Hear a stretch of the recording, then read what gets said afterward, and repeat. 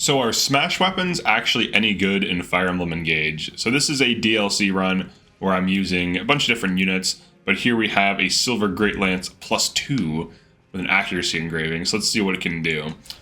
So this is not bad, this is pretty good damage. Now if we're initiating with a class that's either high durability or high avoid, we can either avoid getting hit or just tank the damage outright. So in this case I can smack this dude. Now I have to be mindful of the fact that smash weapons do move foes back, so I'll move him onto an avoid tile, which is not what I want.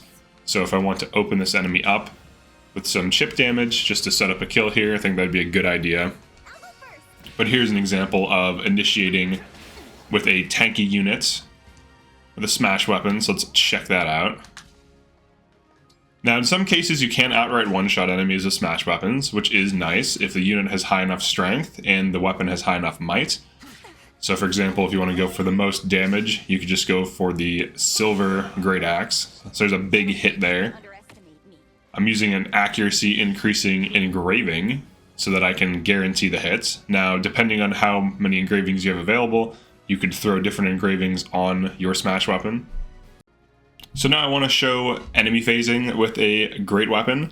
So great weapons are actually pretty good to enemy phase with if your unit is tanky enough to either tank the hits or take almost no damage when enemy phasing with these weapons.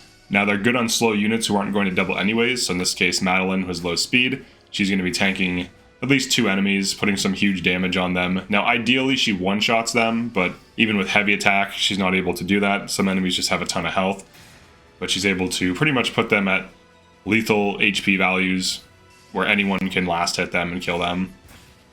So this is just an example of enemy phasing. Now there's other weapons you can enemy phase with. So for example, if you want to use the Hurricane Axe and there are enemy flying units, that can be a good use case.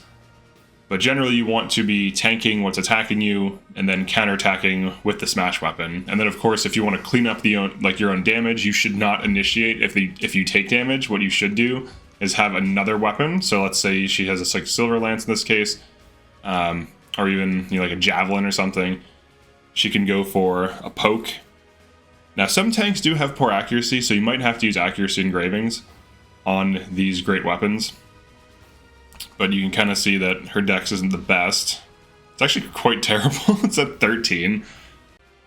Now you can use emblems like Hector to prevent doubling with Storm's Eye, and you can also use emblems like Ike to just have damage. So if you are still taking damage and you're enemy phasing a lot of things, you can reliably hit with your Great Lance while also tanking, and that's key because you want to survive. So in this case I didn't pop anything and her defense is pretty good, but she's getting doubled, so she's taking way more damage than she should be taking.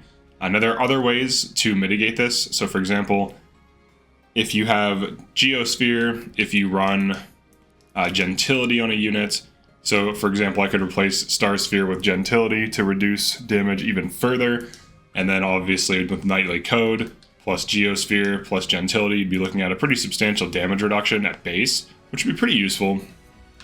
But mitigating damage is huge on tanks, especially on like generals. Now other units can use these weapons. Tanks aren't limited to these, like other things can make use of great weapons. And I would say there are 2 archetypes. There's the accuracy power archetype where you just go for a huge hit. And then there's the avoid archetype where you have engravings that improve avoid on fast units. Some of these weapons don't weigh as much as you'd think. Some of them are very heavy, but like Silver Great Lance, Silver Blade, they are quite light. So even though they don't double, they don't really weigh you down. So you can see Gold Mary going from a steel or a silver sword to a steel blade actually is gaining speed. So you won't double, but if you don't get doubled yourself, that can be useful. Now obviously when you want to initiate, normal weapons are good to use, like if you don't want to get counterattacked, but in some cases it can be worth it to go for a blade attack if it's lethal. Like if you don't have lethal damage otherwise, it kind of pushes your damage over the edge to kill something, but you might take counterattack damage. Obviously for breaking, they're not the best. Other like normal weapons that can initiate are better for breaking, but for enemy phasing there is a use case. I don't swear by these at all. I know some people do in their playthroughs. I use other strategies, but they are valuable and they're definitely worth mentioning.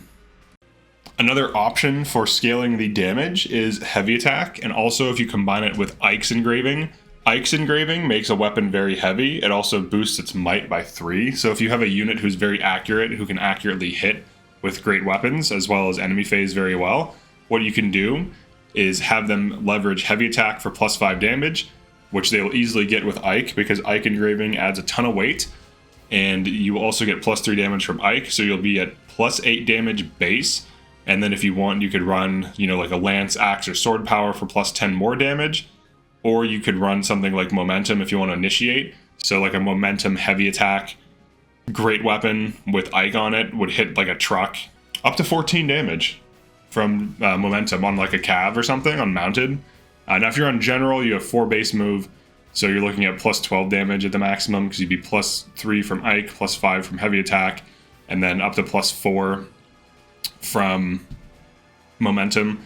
So and momentum's cheap, and if you just ran Hector, you would get the heavy attack for free. So you could run something like heavy attack on Hector, momentum, and another thing like a power or strength plus, some kind of damage increase. You could also run reprisal, which would be interesting, but then you're kind of getting into dangerous territory if you don't have like holdout, because you could die. So there's some interesting builds for sure with heavy weapons, with smash weapons. That's pretty much it for this one. I just want to do a quick little guide on great weapons, because I kind of feel like I avoid them in a lot of my videos and I haven't really done a guide on them yet. But yeah, definitely let me know what you think. Let me know if I missed anything. Feel free to like and subscribe, and I'll see you in the next one.